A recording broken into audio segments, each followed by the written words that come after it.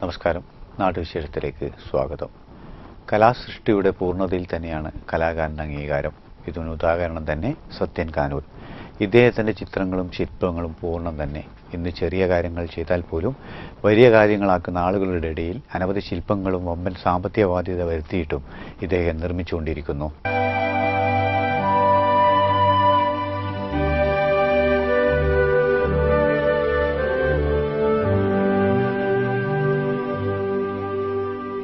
ഇതെല്ലാം തൻ്റെ മനസ്സിൻ്റെ സ്വപ്നം എന്ന് ഇദ്ദേഹം അടിവരയിടുമ്പോൾ മലബാറിൻ്റെ കലാകാരന്മാർക്കിടയിൽ സത്യൻ്റെ സ്ഥാനം ഉയരങ്ങളിൽ തന്നെയാണ്. വേണ്ടത്ര അംഗീകരിക്കുവാൻ എന്തുകൊണ്ടോ മടിക്കുന്ന നമ്മുടെ ചുറ്റുവട്ടത്തിൻ്റെ മുമ്പിൽ നിശബ്ദം തൻ്റെ ശില്പനിർമ്മാണത്തിൽ മുഴുകുന്ന ഈ ചെറുപ്പക്കാരൻ വേണ്ടത്ര പ്രോത്സാഹനം നൽകേണ്ടത് തന്നെയാണ്. ശില്പിയും ചിത്രകാരനുമായ സത്യൻ കാനൂരിലൂടെയാണ് ഇന്നത്തെ നാട്ടുവിശേഷം.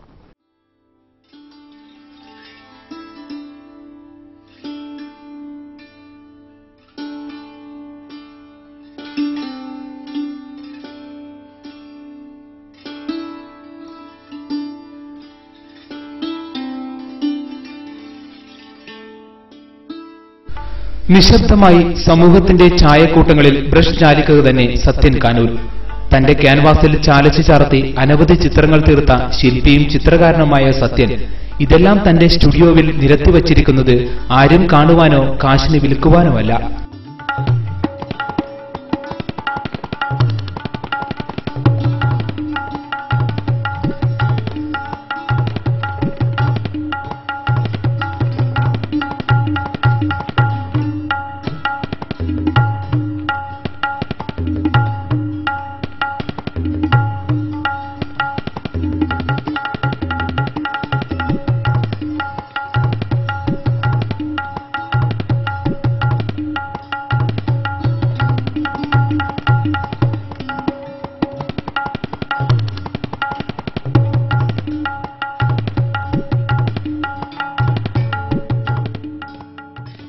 തന്റെ മനസ്സിൽ തന്നെ ശില്പങ്ങളും ചിത്രങ്ങളും വരച്ചു തീർത്ത് ആത്മസംതൃപ്തി തേടുന്നു. ഈ യുവശില്പി ഇതിനകം തീർത്തത് അനവധി ശില്പങ്ങളും ചിത്രങ്ങളും തന്നെ. ചെറിയ കാര്യങ്ങൾ ചെയ്താൽ പോലും വലിയ കാര്യങ്ങൾ ചെയ്തതുപോലെ ഭാവിക്കുന്ന നമ്മുടെ ചുറ്റുവട്ടത്തിൽ സത്യൻ തന്റെ മനസ്സിന്റെ കയങ്ങളിൽ ഒളിഞ്ഞിരിക്കുന്ന തന്റെ ഭാവനയെ മെനയുമ്പോൾ അവ ചിത്രമായും ശില്പമായും രൂപപ്പെടുന്നു. ഇതിനുവേണ്ടി ആഴ്ചകളോ മാസങ്ങളോ എടുക്കുമ്പോൾ ഫോട്ടോഗ്രാഫറായി ഉപജീവനം നടത്തുന്ന ഇദ്ദേഹത്തിന്റെ വരുമാനം മുഴുവനായും ചിത്രങ്ങൾക്കും ശില്പങ്ങൾക്കുമായി ചെലവാക്കുന്നു. ഇതിലൊന്നും പരിഭവമില്ലാതെ തന്റെ സ്വപ്ന സാക്ഷാത്കാരത്തിന്റെ നിർവൃതിയിൽ ലയിക്കുമ്പോൾ ഇതിനു വേണ്ടി വാങ്ങിയ കടം മിഴിച്ചു നിൽക്കുന്നു. ഇതിലും സത്യന് പരാതിയില്ല. ചെറുപ്പത്തിൽ എനിക്ക് ചിത്രകലയോട് ഭയങ്കര താല്പര്യമുണ്ടായിരുന്നു. അങ്ങനെ ചെറുപ്പത്തിൽ ചെറുതായിട്ട് വരക്കും. പിന്നെ സ്കൂൾ പഠിക്കുന്ന കാലങ്ങളിൽ മത്സരങ്ങളിൽ സമ്മാനങ്ങൾ കിട്ടാറുണ്ട്. പിന്നെ എന്നെ കൂടുതൽ ആകർഷിച്ച തെയ്യങ്ങളാണ്. തെയ്യം എന്ന് പറഞ്ഞാൽ തെയ്യങ്ങളുടെ കടും വർണ്ണം എന്നെ വല്ലാതെ ആകർഷിച്ചിരുന്നു ചെറുപ്പകാലങ്ങൾ മുതലേ. അങ്ങനെ എൻ്റെ തൊട്ട് അടുത്ത് ആനയോട്ടുകാവുന്ന തെയ്യമുണ്ട്, കാവുണ്ട്. അവിടുന്ന് എല്ലാ വർഷവും പോയി തെയ്യം കാണും. അങ്ങനെയാണ് തെയ്യത്തിൻ്റെ പ്രതിമ ഉണ്ടാക്കാനുള്ള പ്രചോദനം അങ്ങനെയാണ് ഉണ്ടായിരിക്കുന്നത്. അതേപോലെ തന്നെ തെയ്യങ്ങൾ ഒരുപാട് പെയിന്റിങ്സ് ഞാൻ ചെയ്തിട്ടുണ്ട്. പിന്നെ ഡിഗ്രി കഴിഞ്ഞതിന് ശേഷമാണ് ഞാൻ സ്കൂൾ വാർസ് പഠിച്ചത്. കണ്ണൂർ ബ്രഷ്മാൻ സ്കൂൾ വാർസ് എന്നാണ് എൻ്റെ കോഴ്സ് കഴിഞ്ഞത്. 2 വർഷത്തെ കോഴ്സാണ്. കോഴ്സ് കഴിഞ്ഞതിന് ശേഷം കമേഴ്സിലായിട്ട് കുറച്ച് നാട്ടിൽ വർക്ക് ചെയ്തു. പരസ്യ വർക്ക് കുറേയൊക്കെ ചെയ്തു. അതിനുശേഷം ബോംബെയിൽ ചാൻസ് കിട്ടി. അങ്ങനെ ബോംബെയിൽ ഒരു 6 വർഷക്കാലം ഞാൻ ആർട്ടിസ്റ്റായിട്ട് വർക്ക് ചെയ്തിട്ടുണ്ട്. അവിടുത്തെ ഒരുപാട് അവസരങ്ങൾ എനിക്ക് കിട്ടിയിട്ടുണ്ട്. അവിടെ ശിവസാന പ്രഭു വാൽത്താക്കറയുടെ ഭാര്യ മീനാത്തായിയുടെ പെയിന്റിങ്സ് ചെയ്യാനുള്ള ഒരു അവസരം എനിക്ക് കിട്ടിയിട്ടുണ്ട്. ഇന്നും ആ പെയിന്റിങ്സ് വാൽത്താക്കറയുടെ വീട്ടിലുണ്ട്. അതുപോലെ അവിടെ മറ്റുള്ള മിനിസ്റ്റർമാരെ വർക്ക് ചെയ്തു. അങ്ങനെ കുറേ നല്ല നല്ല പെയിന്റിങ്സ് ചെയ്യാനുള്ള അവസരം എനിക്ക് അവിടെ നിന്ന് കിട്ടിയിട്ടുണ്ട്. അതുപോലെ അവിടെ നിന്ന് നല്ല ഒരു അംഗീകാരം എനിക്ക് കിട്ടി. പിന്നീട് നാട്ടിൽ വന്ന് ഫോട്ടോഗ്രാഫി പഠിച്ചു. ഫോട്ടോഗ്രാഫിയോട് താല്പര്യമാണ് എന്നെ ഫോട്ടോഗ്രാഫിയിലേക്ക് നയിക്കാനുള്ള മെയിൻ കാരണം. അങ്ങനെ ഫോട്ടോഗ്രാഫി പഠിച്ചു. അങ്ങനെ ഒരു സ്വന്തം സ്റ്റുഡിയോ ഇട്ടു. ഇപ്പം ശരിക്കും പറഞ്ഞാൽ ഫോട്ടോഗ്രാഫി കൊണ്ടാണ് ഞാൻ ജീവിക്കുന്നത്. തന്റെ ചിന്തകളിൽ വിരിയുന്ന ശില്പങ്ങൾ താൻ ജോലി ചെയ്യുന്ന സ്റ്റുഡിയോവിന്റെ പരിസരങ്ങളിൽ നിറച്ചുവച്ചിട്ടും സത്യനിലെ കലാകാരനെ വളരെ കുറച്ച് ആളുകൾ മാത്രമാണ് തിരിച്ചറിഞ്ഞത്. എന്നാൽ ഞങ്ങളുടെ കണ്ണുകൾക്ക് ആനന്ദവും അനുഭൂതിയും തീർത്ത് സത്യന്റെ ചിത്രങ്ങളും ശില്പങ്ങളും ഒരുപാട് ഉയരങ്ങളിൽ എത്തി നിൽക്കുന്നത് തന്നെയാണ്. എന്നാൽ സത്യൻ കാനൂൽ വിനീതനായി നിൽക്കുന്നു. ഇവിടെ വിളിച്ചു പറയുന്നവൻ മിടുക്കനും മിണ്ടാത്തവൻ മണ്ടനുമാകുന്ന സാമൂഹ്യ വ്യവസ്ഥിതിയിൽ സത്യനിലെ കലാകാരനെ കാണാതെ പോകുന്നു. ഇവിടെ സത്യന്റെ നിശബ്ദത ആഴങ്ങളിലുള്ള ശബ്ദങ്ങൾ ആക്കുക തന്നെ. ചിത്രങ്ങളും ശില്പങ്ങളും വിൽപ്പന നടത്തി കലയുടെ ഉദ്ദേശശുദ്ധി പോലും ഇല്ലാതാക്കുന്നവർ വമ്പന്മാർ തന്നെ. എന്നാൽ സത്യൻ കാനൂലിനെ പോലെ മനസ്സിൽ വിടരുന്ന ആശയങ്ങൾ എത്ര ധനം സമാഹരിച്ചും തീർക്കുമ്പോൾ യഥാർത്ഥ കലാകാരനാകുന്നു. ശരിക്കും പറഞ്ഞാൽ അന്ന് ഞാൻ വരക്കുന്ന കാലങ്ങളിൽ ചിത്രകല അത്ര ഒരു പെയിന്റിങ്സ് ഒന്നും ചെലവാകാത്ത ഒരു കാലഘട്ടമായിരുന്നു. കാരണം ചിത്രകല അങ്ങനെ ജനങ്ങളുടെ ഇടയിലേക്ക് അത്രക്കൊരു ആളെന്ന് ഒരു വന്നിട്ടില്ല. ശരിക്കും പറഞ്ഞാൽ ഇപ്പോഴാണ് പിന്നെ ഇങ്ങോട്ട് പെയിന്റിങ്സിന് കൂടുതൽ പ്രാധാന്യം ഉണ്ടാകുന്നത്. ശരിക്കും പറഞ്ഞാൽ തുറന്നു പറയുകയാണെന്ന് വെച്ചാൽ ജീവിതം വഴിമുട്ടി നിൽക്കുന്ന സമയത്താണ് ശരിക്കും ഞാൻ ഫോട്ടോഗ്രാഫിക്ക് കടന്നത്. ശരിക്കും എൻ്റെ ജീവിതം കഴിഞ്ഞു പോകുന്ന തന്നെ ഫോട്ടോഗ്രാഫി കൊണ്ടാണ്. ഫോട്ടോഗ്രാഫിയിൽ നിന്ന് കിട്ടുന്ന പകുതി പൈസ ഞാൻ ഇപ്പോൾ ഈ എൻ്റെ ചിത്രകലക്ക് ഞാൻ കൊണ്ട് ചിലവാക്കുന്നുണ്ട്. കാരണം വെച്ചാൽ ചിത്രകലയുടെ താല്പര്യം തന്നെയാണ്. ചിത്രകല വെച്ചാൽ എൻ്റെ രക്തത്തിൽ അലിഞ്ഞതാണോ അതായിരിക്കും.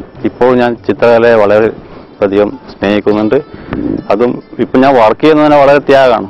രണ്ടും കൂടെ ഒന്നിച്ചു കൊണ്ടുപോകുന്നത് വളരെ ഒരു ത്യാഗമുള്ളൊരു പരിപാടിയാണ് ഫോട്ടോഗ്രാഫി ആൻഡ് ചിത്രകല.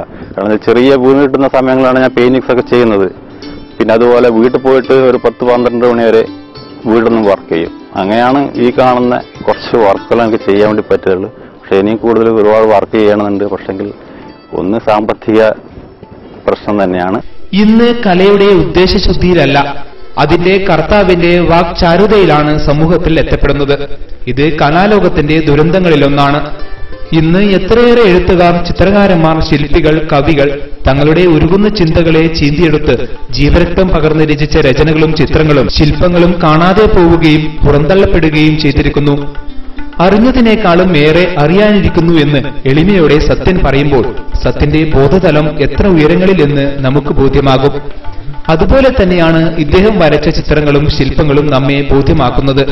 മത്സ്യകന്യക, മുലയൂട്ടുന്ന അമ്മ, പീഡിപ്പിക്കപ്പെട്ട പെൺകുട്ടി, ദുഃഖത്തിന്റെ സ്ഥായിയായ സ്ത്രീയുടെ വിവിധ രൂപങ്ങൾ ഇദ്ദേഹം തീർത്തത് വളരെ വിസ്മയം തന്നെ. സ്കൂൾ തലത്തിൽ പഠിക്കുന്ന കാലത്തെ കലയോടും കലാപ്രവർത്തനങ്ങളിലും ഏറെ തൽപരനായ സത്യൻ സ്കൂൾ തലങ്ങളിൽ പല മത്സരങ്ങളിലും വിജയിയായിട്ടുമുണ്ട്. കോളേജ് വിദ്യാഭ്യാസത്തിന് ശേഷം കണ്ണൂർ ബ്രഷ്മാനിൽ ചിത്രരചനയിൽ ചേർന്നു.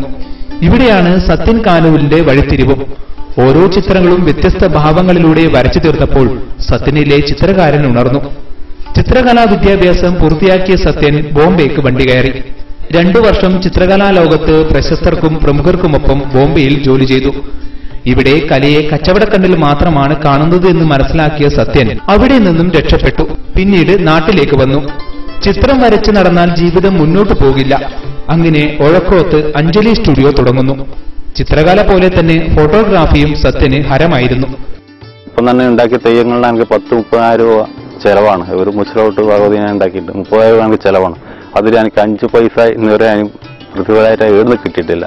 ചിത്രകലയെ ഞാൻ ഒരു കമേഴ്സ്യലായിട്ട് കാണാൻ ആഗ്രഹിക്കുന്നില്ല. കാരണം കമേഴ്സ്യലായി കാണുന്നത് കഴിഞ്ഞാൽ ചിത്രം നശിക്കുന്ന എൻ്റെ വിശ്വാസം, എൻ്റെ മനസ്സിൽ തൃപ്തി അത് മാത്രമാണ്. കാരണം ഇപ്പോൾ ഒരുപാട് വർക്ക് എൻ്റെ മൂലക്കിടക്കുകയാണ്. പൊടി തട്ടി എടുക്കേണ്ട ഒരു അവസ്ഥയാണ് ഇപ്പോൾ ഉള്ളത്. കാരണം സ്കൾപ്ചർ ആയാലും പെയിന്റിങ്സ് ആയാലും എൻ്റെ ആഗ്രഹം എന്താണെന്ന് വെച്ചാൽ നമ്മുടെ മലബാറിലെ എല്ലാ തെയ്യങ്ങളുടെ ഒരു പെയിന്റിങ്സ് എൻ്റെ മനസ്സിലുണ്ട്. അത് എൻ്റെ ഒരു തുടക്കം എന്ന നിലയിൽ ഞാൻ ഒരു സ്റ്റാർട്ട് ചെയ്ത് വെച്ചിട്ടുണ്ട്. ഇന്നുവരെ ഒരു പെയിന്റിങ്സ് ആരും ചെയ്തതായിട്ട് ഞാൻ കണ്ടില്ല. ഒരു കലാകാരന്മാരും പെയിന്റിങ്ങുകളുടെ മാത്രം ഒരു പ്രദർശനം ഇതുവരെ ആരും ചെയ്തിട്ടില്ല. ഫോട്ടോഗ്രാഫി പ്രദർശനം ഒരുപാട് ഉണ്ടായിട്ടുണ്ട്, പക്ഷെ പെയിന്റിങ്സ് ആരും ചെയ്തിട്ടില്ല. അതുകൊണ്ട് ഒരു നല്ലൊരു കളക്ഷൻ ഉണ്ടാക്കേണ്ട ഈ അടുത്ത സീസൺ തന്നെ അത് അടുത്ത് തന്നെ ചെയ്യണം എന്നുള്ള ഒരു ആഗ്രഹമുണ്ട്. അത് സാധിക്കുമെന്ന് വിശ്വസിക്കുന്നു. തന്റെ ക്യാമറ കണ്ണിൽ അനവധി ഫോട്ടോകൾക്ക് ഇദ്ദേഹം ജീവൻ നൽകിയിട്ടുണ്ട്. ചെയ്യുന്നതെന്തും പൂർണ്ണ ആത്മാർത്ഥമായി ചെയ്യണമെന്ന് വിചാരിക്കുന്ന സത്യൻ ഫോട്ടോഗ്രാഫിയിലും തിളങ്ങി. പരേതനായ കുഞ്ഞമ്പൂവിന്റെയും അമ്മ നാരായണിയുടെയും മകനായ സത്യൻ കാനൂൽ കണ്ണൂർ ജില്ലയിലെ ധർമ്മശാലക്കടുത്ത് കാനൂരിൽ താമസിക്കുന്നു. ഇന്ന് ഒഴക്രോത്ത് അഞ്ജലി സ്റ്റുഡിയോവിന്റെ ചെറിയ സൗകര്യങ്ങളിൽ താൻ വരച്ച ചിത്രങ്ങളും ശില്പങ്ങളും ആരെയും കാണിക്കാതെ തീർത്തിരിക്കുമ്പോൾ സത്യന്റെ കലാബോധമുള്ള മനസ്സിന്റെ ഉള്ളറകൾ നാം അറിയുന്നു. കലയെ വിൽക്കുവാൻ സത്യനിലെ കലാകാരന് കഴിയാത്തതുകൊണ്ടാണ് ബോംബെയിൽ നിന്നും വണ്ടി കയറിയത്. ഇന്ന് ജീവിക്കാൻ സ്റ്റുഡിയോ തുടങ്ങിയെങ്കിലും അവിടെ നിന്നും കിട്ടുന്നത് ശില്പത്തിനും ചിത്രത്തിനും മാത്രമായി മാറ്റുന്നു.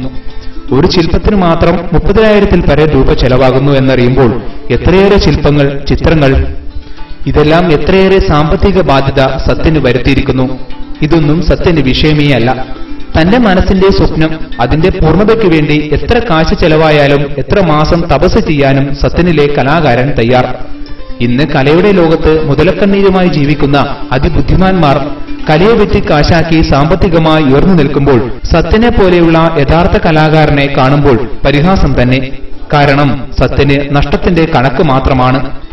എന്നാൽ കപടബുദ്ധിജീവികൾക്ക് പേരിനും പ്രശസ്തിക്കുമപ്പുറം സമ്പത്തും പെരുമയും നിൽക്കുന്നു. ഇതിലൊന്നും പരിഭവമില്ലാതെ തന്റെ ശില്പങ്ങളോടും ചിത്രങ്ങളോടും കിന്നാരം പറഞ്ഞ് പുതിയ പുതിയ നിർമ്മാണ രീതികൾ തന്നെ ഇദ്ദേഹം പ്രയോഗിക്കുന്നു. ഞാൻ ഒരു കർഷക കുടുംബത്തിൽ ജനിച്ചതാണ്. അതുകൊണ്ട് തന്നെ പിന്നെ തെയ്യങ്ങൾ, തിറകൾ, അപ്പോൾ നമ്മളെ ഈ കാർഷികമായിട്ട് ബന്ധപ്പെട്ട അതുകൊണ്ടാണ് എനിക്ക് കൂടുതലും ഈ തെയ്യങ്ങളോട്, മലബാറിലെ തെയ്യങ്ങളോട് കൂടുതൽ താല്പര്യം തോന്നാൻ കാരണം. അതുകൊണ്ടാണ് അങ്ങനെ പിന്നെ ഒരു പെയിന്റിങ്സ് ചെയ്യണമെന്നൊരു ആഗ്രഹം എൻ്റെ മനസ്സിലുണ്ടായിരുന്നു.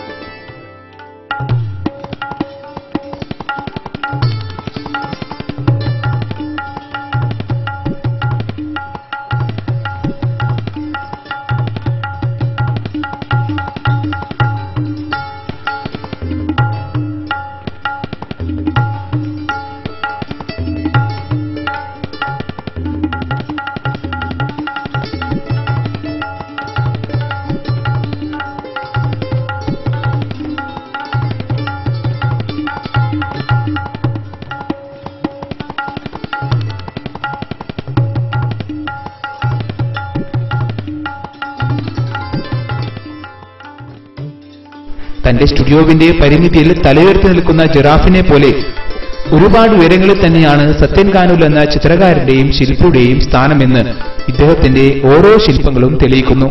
ഒരു കലാകാരന് വളരാൻ പറ്റിയ മണ്ണ് തന്നെ മലബാർ. കാരണം അത്രയേറെ തെയ്യങ്ങളും തിറകളും കാവുകളും പ്രകൃതി രമണീയതയും എല്ലാം ചേർന്ന് തന്നെ നമ്മുടെ കേരളം. എന്നാൽ മലബാറിന്റെ കലാകാരന്മാർ ഏറെയാണ്. ഇവരുടെ ഉയർച്ചയും നമ്മൾ കണ്ടു. എന്നാൽ വളർന്നു വരുന്നവരെ വളർത്തുവാനുള്ള ഒരു സഹായവും മലബാർ ചെയ്യുന്നില്ല. മാത്രവുമല്ല, വളരാൻ വെമ്പുന്ന കലാകാരനെ, കവിയെ, ചിത്രകാരനെ, ശില്പിയെ പരിഹസിച്ചും നിന്ദിച്ചും തരം താഴ്ത്തുമ്പോൾ കലാകാരന്റെ സർഗഭാവനകൾ ചുരുണ്ടുപോകുന്നു.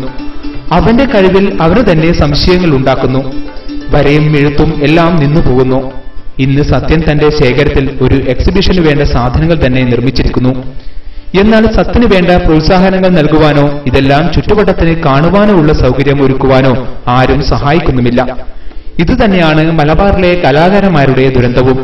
ഇതിന്റെ വേദനയും പേറി നടക്കുന്ന കലാകാരന്മാർ ഏറെ തന്നെ.